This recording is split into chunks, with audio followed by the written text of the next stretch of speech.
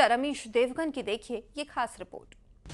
2014 के बाद जितने भी बड़े धरना प्रदर्शन हुए उन सबके बारे में कहा गया कि वे जनता के लिए हो रहे हैं। जनता के मुद्दे उठाना उनका एकमात्र मकसद है। और साथ ही साथ ये भी कहा गया कि उन प्रदर्शनों का सियासत या किसी भी सियासी विचारधारा के साथ कोई आदान प्रदान अर्थात लेना देना नहीं है। याद करिए सीए विरोध प्रदर्शन, याद कीजिए किसान कानूनों के विरोध में हुए प्रदर्शन, और अब याद कीजिए नीट पेपर लीक के विरोध में प्रदर्शन। इन तीनों ही प्रदर्शनों की तासीर बिल्कुल अलग है, मुद्दे बिल्कुल अलग हैं। जिन लोगों के लिए इन आंदोलनों की कथित तौर पर किया गया या फिर किया जा रहा है उनका वर्ग बिल्कुल अलग थलग है, लेकिन तीनों में एक ऐसी सिमिलैरिटी है जिसकी वजह से वक्त के साथ इन आंदोलनों की शुचिता पर संदेह पैदा हो जाता है, और वो कॉमन फैक्टर है पॉलिटिक्स। लेटेस्ट उदाहरण ले लेते हैं दिल्ली के जंतर मंतर पर कॉकरोच पार्टी का आंदोलन। कॉकरोच पार्टी मतलब मैं ये नहीं कह रहा कि कॉकरोच आके कोई पार्टी कर रहे हैं, कॉकरोच पार्टी का एक आंदोलन है। और तमाम पुराने आंदोलनों की तरह इस आंदोलन की शुरुआत में भी कहा गया कि हमारा आंदोलन पॉलिटिकल नहीं है, यानी गैर राजनीतिक है, यानी इसका किसी भी सियासी दल से कोई लेना देना नहीं है। इसके एक दो दिन बाद मंच पर सियासी लोगों का जमावड़ा दिखने लगा। लेफ्ट के सारे छात्र विंग, एसएफआई, एआईएसएफ, आईसा यानी एआईएसए ने तो शुरुआती दिनों में ही कॉकरोच जनता पार्टी के मंच के पास अपने तंबू गाड़ रखे थे। उनकी डफली और ढोलक तो हर समय एवर रेडी रहते ही हैं, तक दिनादिन था। इसके बाद लेफ्ट की राष्ट्रीय नेताओं के आगमन का रास्ता खुल जाता है। मंच के नीचे छात्रविक के तंबू और मंच के ऊपर लेफ्ट के छोटे से लेकर बड़े नेताओं का कब्जा। और टाइमिंग भी गजब है, पहले चाइनीज एम्बेसी में कार्यक्रम में हिस्सा लेते हैं, वहां से गिफ्ट लेते हैं, और फिर कॉकरोच जनता पार्टी के मंच पर नैतिकता वाला ज्ञान उड़ेलना शुरू कर देते हैं। इसके बाद दूसरी पार्टियों के नेताओं का आगमन शुरू हुआ। चंद्रशेखर रावण आई, डिंपल यादव आई, डिंपल यादव जी को डिंपल कबाड़िया बना दिया वहां पर। आतिशी सिंह मरलेना आई, अरविंद केजरीवाल तो आई क्योंकि उनके पुराने साथी हैं दिप के। और तो और कथित किसान नेता राकेश टिकैत भी मैदान में कूद पड़े। On record cockroach Janata party के संस्थापक अभिजीत दिपके ने साफ साफ कहा कि हमारे मंच पर सियासी लोगों को अपनी पार्टी का झंडा छोड़कर आना होगा। अभिजीत ने यह भी दावा किया था कि ऐसा हो भी रहा है, लेकिन क्या वाकई ऐसा हो रहा है, यह अच्छे से समझाने के लिए हमने 30 सेकंड का एक वीडियो तैयार किया है। पहले वो देखिए, फिर आगे कुछ और पोल खोलना बाकी है। पहले ये वीडियो बड़ा इंपॉर्टेंट है। एग्जिस्टिंग पॉलिटिकल पार्टी से हम किसी को नहीं चाहते।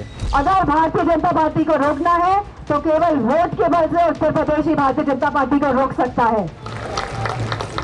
ट्रैक्टर टोली यहाँ नहीं है तो वे सब तैयार है, चिंता मत करो कि यहाँ से संसद तक आदमी आदमी होगा तो आदमी आदमी होगा। मेरी बात को आप याद रखें।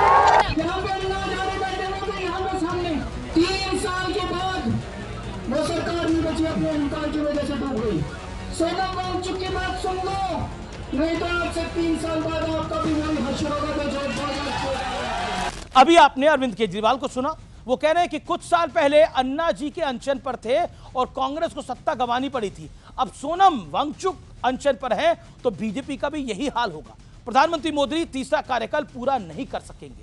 लेकिन अरविंद जी ये नहीं बता पाए कि जब अन्ना हजारे अनशन किया करते थे उसके बाद से यमुना जी में पानी कितना बह चुका है, क्योंकि अब अन्ना हजारे के अरविंद केजरीवाल जी के बारे में आखिरकार विचार रह क्या गए हैं, और उस दौर की यादों के साथ कतई वो मेल नहीं खाते। यकीन ना हो तो आप खुद सुन लीजिए अन्ना ने क्या कहा है। मैं बार बार बताते गया, लेकिन उनके दिमाग में नहीं आया पैसा, धन और दौलत इसमें बह गया है। अब भी कुछ ढका छिपा रह गया है क्या? अब भी कोई कह सकता है कि कॉकरोचों का मंच गैर सियासी है?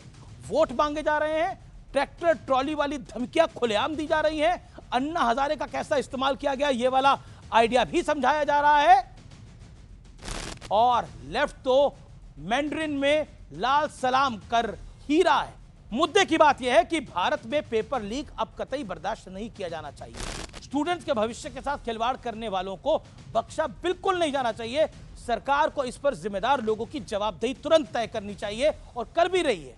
लेकिन उसके लिए किसी को जान देने की जरूरत नहीं है, वो भी एक पॉलिटिकल मंच से, तो बिल्कुल नहीं। पॉलिटिकल लोग चुनावी लड़ाई लड़ते हैं, लोगों के बीच जाते हैं, उन्हें कन्विंस करते हैं, वोट मांगते हैं और सरकार को बदल डालते हैं। किसी को बलि का बकरा नहीं बनाते। मैं ये ठूसने वाले बयान, बुरे लगने वाले बयान नहीं सुनाने वाला। उम्मीद है कि सोनम वांगचुक भी ये सब देख और समझ रहे होंगे। लोग उन्हें एजुकेशनिस्ट और साइंटिस्ट बताते हैं। हो सकता है कि वो भी इस पॉलिटिकल मंच पे फंस गए हों, क्योंकि शायद वो आए थे कुछ समझकर और निकल गया कुछ और। ऐसे में उनकी भी रेपुटेशन की बात है। ऐसे में सरकार को चाहिए सोनम वांगचुक के प्राणों की रक्षा करने के लिए कोई रास्ता निकाले, क्योंकि सुप्रीम कोर्ट का भी क्लियर ऑर्डर है कि किसी को भूखा नहीं मरने दिया जा सकता। आपकी इस आंदोलन के बारे में क्या राय है वो मुझे जरूर बताइएगा, क्योंकि दावा तो यही किया जा रहा है कि यह आंदोलन सिर्फ और सिर्फ आपके लिए है, इसलिए आपकी राय बहुत जरूरी हो जाती है। मुझे इंतजार रहेगा। बाकी सोचिए, मंच पर एक आदमी भूखो बैठा है और नीचे खाने का रिव्यू चल रहा है। बड़ा बुरा लगता है जी देखकर, और ये सत्य और तथ्य है। नमस्कार। और इसी के साथ स्पेशल रिपोर्ट में फिलहाल के लिए इतना ही। खबरों का सिलसिला जारी है। नमस्कार।